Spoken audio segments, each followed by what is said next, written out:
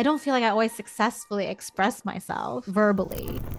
And I think it's similar with a lot of other artists and creative people. It's like there's other things there that you can't really like say, or it just I can't put into words. It's a coping mechanism, I think, to be in music.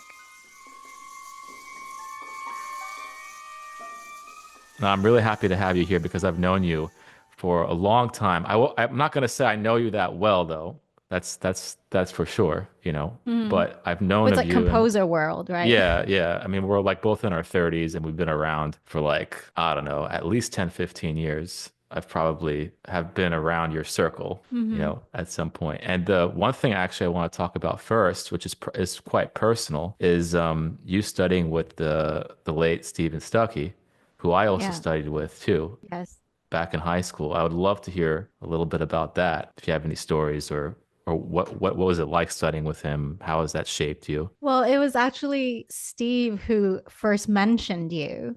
I Really? think, yeah, it was when I was at Cornell. He mentioned because I think he was showing a piece that he had done with the LA Phil, and then he said something about you and how he taught, that you were like super talented kid that he taught during, for this high school program they have out there. Really? I'm Yeah. I'm actually really surprised, you That's the know. first time I heard of your name, Really? It actually. was out of his Because mouth. Steve. Wow, that's crazy. I mean, Yeah. yeah, at least with me, he was my first real composition teacher. I didn't know what classical concert, whatever this is called. I didn't know what it was before Steve, you know. So that was my first entry. But for you, it's like almost your last Yes. mentor, right? Is that He was right? my last teacher. Well, yeah, last teacher, I guess, yeah, for my doctorate. So let's see. I went to Cornell, to study with Steve Stuckey, thinking that I would then go on to write orchestra music. I thought that's going to be perfect. He'd be the person to be able to teach me all the tricks. And actually, from Cornell onwards, my career sort of went a totally different way thanks to this breath contained bubble wrap stuff. And so I think, that focus on craft is still there. And actually, I have then gone into writing more orchestra music in recent years. Cornell was always, it was the experience there was full of surprises for me. I think Steve was actually part of that because, some of my colleagues would take lessons with him and they'd come back and say, oh, I had 2 hours and we talked about pitches and chords the whole time. And my lessons are completely different. I think because he sort of picked up that I was really drawn to like more conceptual thinking. And so I remember writing a string quartet and I was like, I took it in thinking I'm going to get the harmony lesson now. And I started, trying to show him like how I was putting the chords together. And then he sort of like, he put his hand on my hand. He was like, Tonia, what's this piece really about? And I Oh was my like, okay, God, fine. I It's about love like that. squares. It's about like zooming in to a bunch of squares. Oh man, I'm so Yeah. glad I opened with this. Yeah, because it brings back memories. Yeah, because when I was studying with him, I was still extremely formative. I was like 15, 16 years old. I didn't know anything, you know. So with him, with us, with the other composers, it was what you just said before, the harmony and the this is how you order notes and things like that. But I'm so glad to hear he was also going into conceptual and well, really aesthetics. I mean, you guys went Yeah. beyond, yeah, beyond just notes and rhythms in your Yeah, lessons. I think well, he was just had this incredible ability to meet students where they're at and sort of almost like anticipate the kind of thinking they like doing. Yeah, we talked very little about like nuts and bolts. I think I picked it up from studying his music and just the way he talked about music, but actually we had a lot more like broader conversations in my lessons. Yeah. Well, why don't we listen to a few minutes of that piece you just mentioned, Breath Contained, so that we all can get an understanding of what we're talking about here. So this is the first 3 minutes of Breath Contained. I'm not going to give too much of it away because when you hear it, Well, you'll be I think you should it's called Breath Contained 3. Breath Contained 3. So it's the third installment of the series. Okay. Are there any more after this one? Yes, I'd like to do a couple more. All right. So no spoiler alerts yet, but let's hear the first 3 minutes of this without talking about it at all. Let's hear it.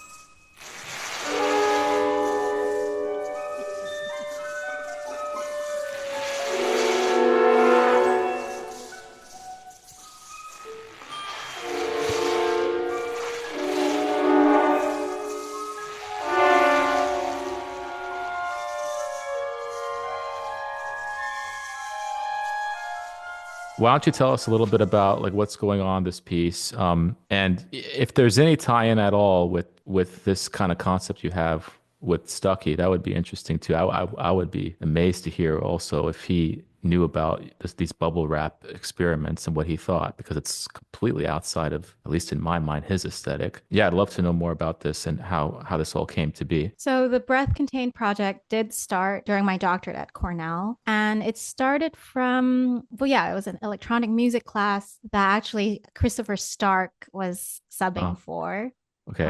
because Kevin Ernst was away. But I did work on this project extensively with Kevin afterwards. So yeah, we were just doing, fixed media electronics, and then there was a project for live processing something. And it was, it's Cornell, so it's really tiny class of composers. And I just thought everyone's going to do piano. Actually, yeah, David Friend and Ryan McCullough were also in the class. It was all like pianists. I don't know. I just wanted to do something that wasn't piano for the final project. And coincidentally, I was taking an independent study in visual art that term. And so I had a bunch of bubble wrap lying around because the teacher suggested that I draw on transparent objects because I like transparent textures in music. It was really out there because I had this roll of bubble wrap just like not because I needed it for anything. It's because I was drawing on it. So So it yeah, was I it built a was max really almost patch. it was really that random, kind Yeah. of. Wow. Mm-hmm. That's so crazy. Okay. Yeah, I built a max patch to like go with like the rustling and the squeaking sounds. I'll just sort of like enhance it, just make it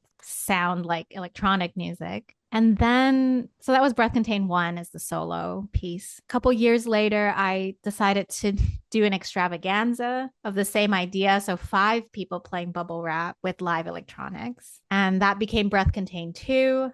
And Steve was at the premiere for that one. So that piece is played by percussionists quite a bit because, yeah, it's kind of a percussion-y thing to just play with objects. But in the back of my mind, I always wanted to bring together like these two worlds, like the more improv electronics stuff with instrumental writing. So yeah, it was a long time dream to do Breath Contained 3, which is this concerto. Yeah, it took a long time to develop the bubble wrap performance practice, just to figure out like every possible sound that it could make to like see how big the vocabulary is, and then also like the physical technique of like controlling, when I can do high pitches or low pitches, playing on all the different sizes. So I guess in the intervening years I worked on this improv practice, but then yeah, when I had the chance to do the concerto, I was like, I need to put this together. I need to like make the orchestra sound like bubble wrap, and I wanted the bubble wrap to somehow like be able to interact with the orchestra. What I find fascinating about this is how, when you hear this excerpt, for example, it's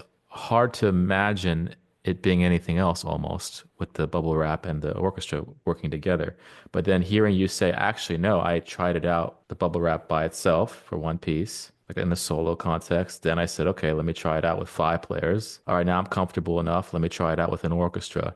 I mean, I hate this word gets used all the time, but it's very organic. You didn't just say one day, okay, I'm going to write a bubble wrap concerto. It happened over time. And I think a lot of listeners, and I mean, I would extend that to composers too. That's really how it works. I mean, you really got to start small, figure out what you want to say. Because when you just say bubble wrap, That could mean anything, right? If you Hmm. just say I'm writing a piece for clarinet, also that could mean anything. But what does Tonia Ko do with that? That's something different, and that takes time. Yeah, it's been a decades long like orchestration exercise because even with Breath Contained One, I was trying to figure out, okay, what are the effects that will sound good with this material? And then of course that's like orchestrated, times five for the quintet. But then actually a lot of those electronic sounds, like the comb filters and the resonance filters that I was using, influence a lot how I thought about the orchestra. So the kinds of like harmonies or just like the kinds of textures that would work well with my instrument. So yeah, I think the work was definitely cumulative. Yeah, I mean, it goes beyond that, even though I think when I'm listening to this, it goes beyond just the idea of mimicking textures or the sound itself. There's something deeper about the music that I hear in this piece Mm. that goes beyond just sound, too. And I think I was thinking about this as I was listening to it. And then, like, I actually read your program note afterwards. So I didn't want to read the program note first. So I read it Yeah. afterwards. I said, okay, good. I'm glad I'm not glad I wasn't just making stuff up in my head. There is like something extra musical also going on with this piece. You mean like the kind of Yeah, emotions and like you were talking about containing. the pent up, especially that last line in your program note where you were talking about how you have all this like pent up energy, and that the bubbles like kind of release it. And kind of like knowing the limited time I've been with you before, I've always seen you as this kind of very calm, like, you know, Yeah, everyone thinks I'm calm. somewhat reserved person. And then I hear that line, oh, I have a lot of pent up energy. I'm like, oh, really? Okay. That's, I have inner rage, Saad. yeah. It is why I compose because I don't feel like I don't feel like I always successfully express myself verbally. And I think it's similar with a lot of other artists and creative people. It's like there's other things there that you can't really like say or it just I can't put into words. And also, yeah, it's a coping mechanism, I think, to be in music. Oh, I mentioned this emotional thing because, I'm on YouTube and I have a lot of videos and I read the comments, and that's something I don't recommend doing. But Yeah. a lot of what I see is, because you have a doctorate, I have a doctorate, okay, is that the general consensus is like people that are doing music with PhDs and at a high level, they don't think of music in an emotional way. Like, oh, it's just academic. Yeah, and yeah, I think some people are like that. I mean, of course, but Hmm. in my experience with the people, like especially in our generation, I don't see that. I see it being very emotionally driven, actually, and it's just the means that we do it in are a bit okay. They're a bit unexpected, but it all comes from, not to sound cliche, but it all comes from some emotional place. And I think it's not necessarily like angst, right? Or like rage or there's it's not like always these negative emotions that need to come out. I think it's like I find that I need to be sensitive to these things in my environment and so forth to come up with the idea that's interesting. It's like it has to be kind of subtle enough for me to find the mystery in it. And then I want to write a piece about it. So, for example, like, since I've moved to the UK, I do think a lot about, like, gosh, I've been an immigrant like twice in my life, moving from Hong Kong to Hawaii. And then I spent a bunch of time, studying and moving around. And then now I'm here. So I think that kind of complexity of who I am, where I belong, that plays into it a lot as well. And these sorts of like little miscommunications, that sort of thing. It's like it's very under the surface. But yeah, I think there's a lot there to write about. Yeah, absolutely. It's a lot of depth there too. And speaking of communication, I want to play another little excerpt from the same piece where you are actually playing the bubble wrap here, just so Yeah. everybody knows you are actually playing it. So there's this like kind of call and response happening between you, and it starts off with pizzicato and the strings mainly, and there's other orchestrational things going on, but it's very, very playful actually. So we were talking about pent up energy and and things like that, but this section is actually very kind of very playful. So let's play a few minutes of that.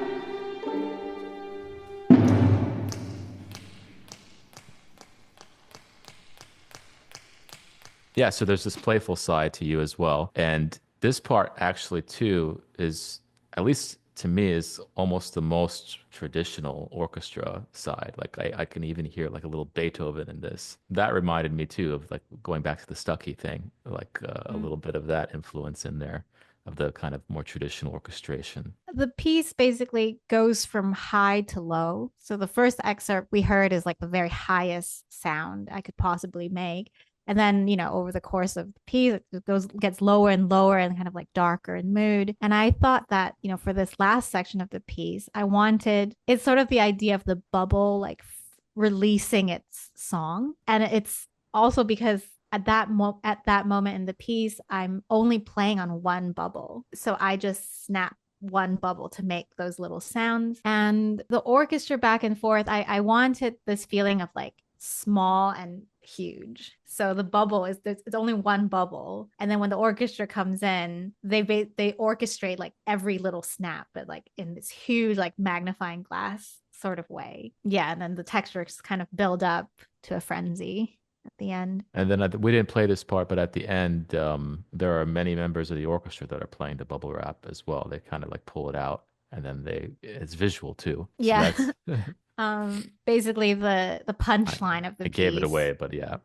It's fine. The punchline is that I play bubble wrap with friction technique. So I'm squeaking and rubbing the material the whole time for like 23 minutes. And then I finally play on one bubble and I basically abuse it until I pop it. And yes, in the orchestra, there are plants. So yeah, it's like about half of the players have either small or large bubbles. Yeah, it's kind of this like crackling texture that ends the piece. Yeah, I know it's super surprising when you hear. I mean, you can't tell when you're hearing it on the recording. I had to look at the video version of it to see what was going on because I saw in the score all this bubble wrap indication like what's going on. So I went to the video and looked at it and said, "Oh, okay. Yeah, this is equally visual as audio, which is something I'm seeing more composers do as well, where the visual is becoming just as important as the audio, which wasn't really the case, I think. I mean, maybe 100 years and before, Yeah. the visual wasn't the thing that composers thought about at all. But I find myself even in my work thinking of visual too. Not as much as you, but I find myself it crosses my mind. Well, it was really working with bubble wrap that made me more attuned to the other senses as part of composition, just because I'm not an avid performer. So I grew up playing piano, but I don't perform on it. But since I discovered bubble wrap, it's such a tactile practice because it's all about my hands and like friction and everything. So certainly like the tactile sense is like very heightened for me in terms of a composition parameter. I think a lot about like, yeah, just like the physical connection with instruments. It influences the way I write for other instruments as well. But yeah, of course, with that, then the visual of like yeah, which side of the bubbles am I doing? How fast or slow people are moving. So yeah, that all really came out of breath contained. When you're trying to transfer some of these techniques on the bubble wrap, like what is the not to get overly nerdy about this, but like how are you like sketching this out? So like you obviously have a huge depository of techniques that you've developed over time. How do you start like because I could hear it in the piece that things are being mimicked and things are being transformed. How do you like keep this all organized? Or does it kind of like, did you kind of like reset it every time you wrote each of these You version mean one, in terms of the version two? orchestration? Yeah, especially with this third one, this the breath contained three. Like how do you even like keep track of all this stuff? Because it seems very complex to me, at least. Yeah, I did. There was an Excel sheet at some point. Okay. Okay, so what I did with the orchestration, so I think I basically assign like certain instruments to imitate certain aspects what I'm doing. Yeah, and then there's like maybe a contrasting texture. So at the very beginning, there's the popping texture that comes back at the very end. So certain instruments they're doing pops. They're doing kind of like pocketing pops. And then there's other instruments like the piccolo, the kind of tremolo strings that they're really like mimicking what I do in the background. And so I think, whenever I start a new technique, it's like a different group of instruments. So I guess there's kind of this rotation system of like who's contrasting with the bubble wrap technique and who's like mimicking very closely. And then as I change techniques and these groupings kind of change. So it's very organized then in terms of the sounds you're using. It's not like you're sitting there, all right, here's what I think should come next with this technique. It's no, the Excel sheet is a great visual actually for this. You have techniques that go with the bubble wrap and techniques that go against the bubble wrap, basically, Yeah, right? For each basically. family of instruments, and you kind Mm-hmm. of pick and choose as the piece goes on. A lot of the decisions were made by, so I did use this tool called Orc Idea to You should help me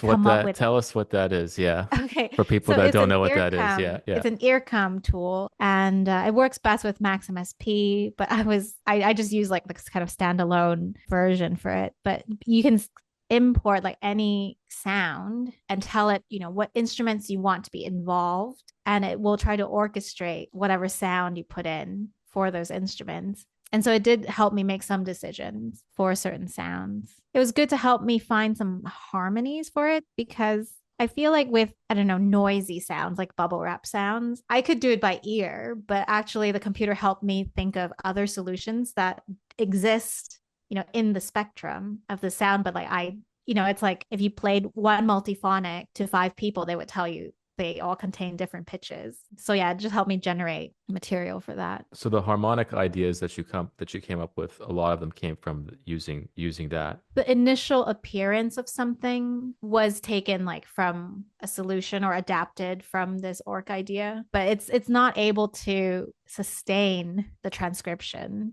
because it doesn't think about like how instruments like go from one note to another. To me, it's kind of I haven't used it that much. I kind of started playing around with it, but then I kind of gave up, to be honest. But it's a kind of a momentary tool where it kind of okay, here's a snapshot of something that Yeah. you can do. It's not like going to tell you, oh, here's how to like develop this 30-second thing to five. It's not going to do that. It's not going to write it for you. You can ask it to try because Really? you can set it to change at like every, I don't know, 250 milliseconds or something. But yeah, then it's not going to be a practical solution for instruments. So I just use it for like tiny slices of sound, like that snapping sound at the end, for example.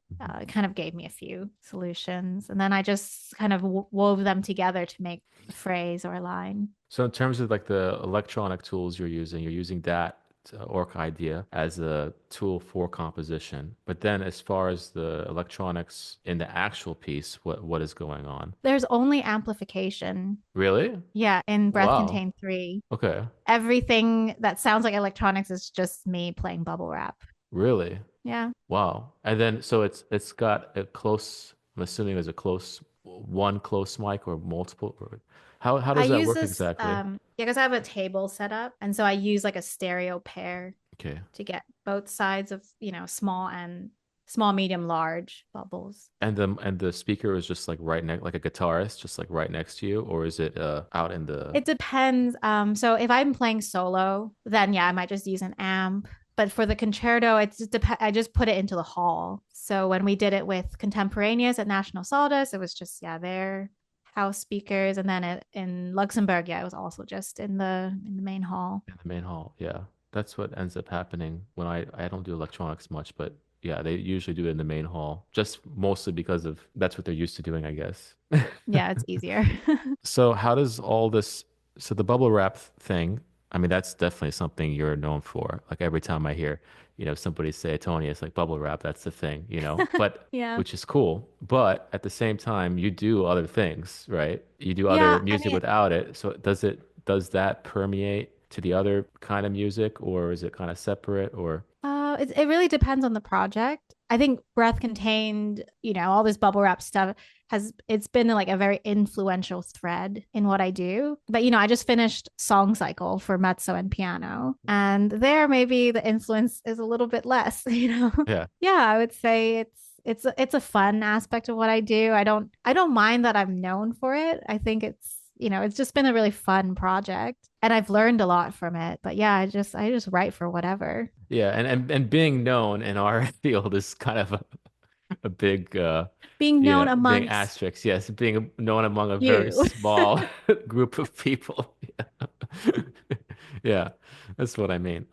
No, I was thinking about this because there's another piece of yours for snare drum called Negative Magic that it has some elements of the some of the bubble wrap stuff in it. Not to mention it's also percussive, so there's kind of a Yeah. visceral connection as well. So I want to play, if you don't mind, the first few minutes of that piece, Negative Magic for snare drum.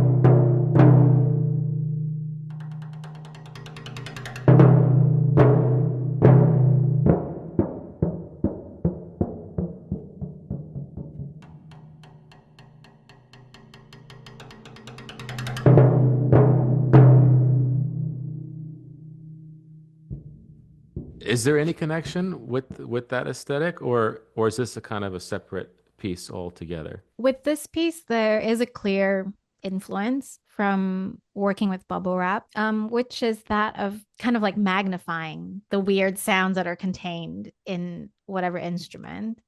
So the excerpt we just heard is of the super detuned drum played with timpani mallets. So I just wanted to bring out like as much of the resonance as possible. And it's detuned in very uneven ways all around the drum. So basically the sounds are kind of like clashing with each other. And yeah, I really wanted to enhance that sort of wonkiness in the drum. Yeah, I think this one is really along the lines of a breath contained type of thinking where I'm just like really honing in on the tiny, as many possibilities as possible with this. I guess I made the snare drum strange by detuning it and then just played around with all the vocabulary that's possible within that setting. How was it being detuned? So all around the drum there's like those tuners, Hmm. the lugs. Yeah, I basically I have the player loosen them and then they sort of like retighten them just like slightly, but at it's like a quarter turn or a full turn. Ah, okay. So it's like Yeah. they're not too, they're deep, all those little lugs, I guess. I don't know what they're called. They're detuned at different rates so Yeah. that So around, basically the drum head is tightened. It's quite a loose drum head at the beginning, loose at different, it's like different loosenesses. Is that a word? I've never heard of that. That sounds, I mean, it sounded awesome, but I didn't know what the heck was going on, but it Yeah. sounded cool. The one thing actually that I noticed that was similar to the bubble wrap technique was that you care a lot about placement, like where your hands Mm, are placed. Like if your finger is here versus here on the bubble wrap, it's a big difference. Same yeah. thing with the drum, and you had these indications. I think in the excerpt that I show the score as well. You have these indications where you want the hands. Is that what it is? Where you want the hands to land? And it's kind of subtle, but Yes. you can still hear it, which I thought was Mm. interesting. Yeah, it's just because it's tuned differently all around. And so the player uses both hands and they're either like kind of, at 3 and 9 o'clock or like 12 and 6, and that it's all going to sound slightly different. Yeah, I've never seen that before. So when I saw the notation, I was like, oh, I wonder what. I never like look at legends and things like that.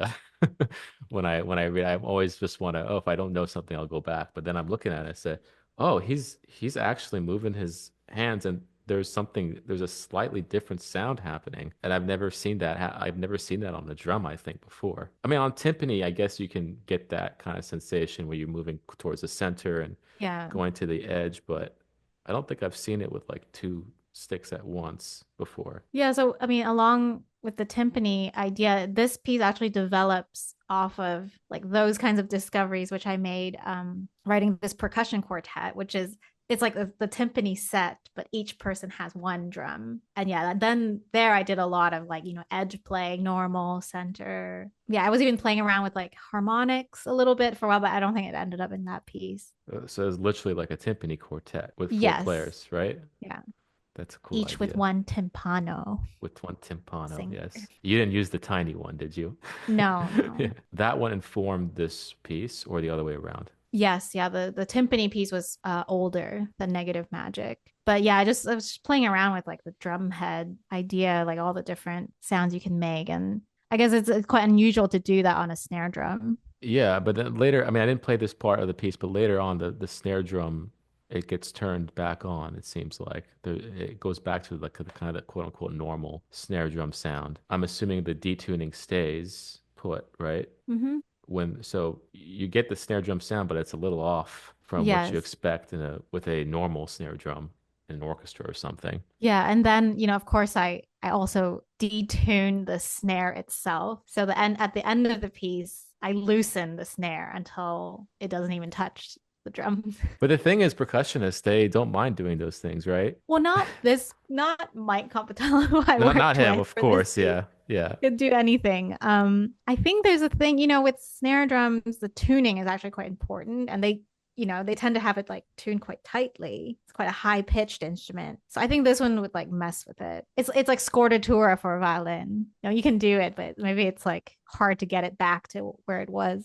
Yeah, I've tried doing that with orchestra before, and It's I saw Andreessen do it actually. He has a piece. I don't know if you know this piece, but he's got like he did it pretty successfully with Scordatura on strings, but it doesn't get played that often. But because of he did it, I was, oh, let me try doing it. But it works, but then the problem is what happens with the piece after the piece before, you know? They kind of Yeah. it screws up the tuning, and I guess the same thing with the percussion too. You can't like use the same instrument on the same Yeah. concert. So Yeah. there's a practical Exactly. thing. So what are you doing? So you mentioned before that you're in Hawaii, then you were in the U.S. Now, you're also in Hong Kong somewhere in I there. was born in Hong You're Kong. born in Hong Kong, then Hawaii, then the U.S., and then Yeah. the UK. Did I get that Yeah. order right? Yeah. So, I'm so almost all the way back around. almost. So I guess my final thing I want to ask is this transition to the UK to me is very interesting because the environment there is very different. You're used to the kind of the scene in the US. What's the difference, I guess, between the US scene for lack of a or I guess really the New York scene because the New York scene is quite different than the rest of the US, I think, in terms of Hmm. contemporary classical music. And then where you are, because it seems like you're kind of that's home for you. It's not a doesn't Yeah. seem transitory Yeah. from It's my been end. 5 years. Yeah, I'm just super curious because I don't know. Well, I love being in London and in the UK. I think it's a good fit for me. New York itself, I always found it very overwhelming. Yeah, it's just like the bombardment of like sounds and sensations, like people.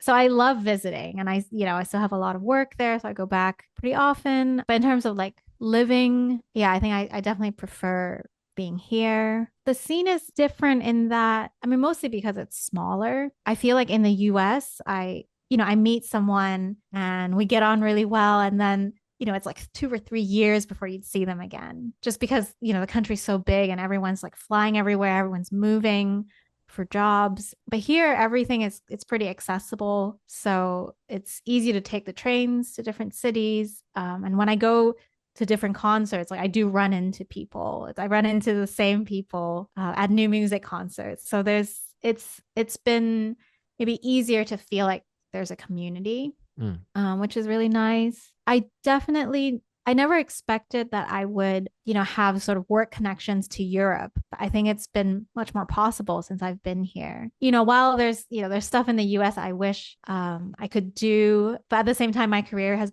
become much more international. So that's been really interesting. So yeah, there's more kind of like cultural exchange happening just because, yeah, a lot of European groups come and like American groups comes. I think it's like been nice to be situated in London for that. And you're kind of Uh, like you're literally physically, I guess, in the middle between the US and let's say Germany or France or these other big new classical music centers. yeah. I mean, certainly easier just for me to go and explore or see things. What else? The culture is very different. I did have a bit of culture shock when I moved. So I teach part time at Royal Holloway at a university, and there's just been like, I mean, it hasn't been difficult. It's just like definitely an adjustment to how people speak, like what people mean when they say certain things. Hmm. It's all kind of like slightly different. So, I mean, for me, I never expected that I would feel like the kind of direct like rude person. Really? Yeah, I first just I had mean, this like you encountered some of that, like people thought you were being rude. Is that what you mean? I always Or think I'm being direct? rude. Really? Um, yeah. Huh. Okay. From their perspective. Yeah. I think sometimes I Wow. would just like up and say something. It's also like sentence structure. I think like Americans use a lot of like active voice. We just say like this does this. But yeah, the Brits like their double negatives and it's much more roundabout. I've heard from my students from that are not from the US that I am very direct. That they kind of Yeah. they're like, oh, the first thing they notice when I start teaching is like, oh, you're very direct. I'm like, well, yeah. So I guess maybe that is a US thing. I never thought that was a thing. That Yeah, it is definitely a thing. But I miss talking with Americans. There's just like some there's like small things that's like I don't know, I find more relaxing because I can just be like blah right. Well, I and mean, not be it's afraid that I'm being rude. yeah. Well, there's a bit of that too, and I kind of I connect with you as well in terms of New York being very overwhelming. When I was living there, I felt that all the time, and that's why I live in New Jersey now. It's a completely opposite vibe. Well, thank you, Tonya. This has been a lot of fun catching up with you like this and seeing what you're up to. And if you want to learn more about Tonya, I have all her details in the link in the description below. And I should have some of these links in there as well, these pieces that you just heard. Thanks so much. Thank you, Saad.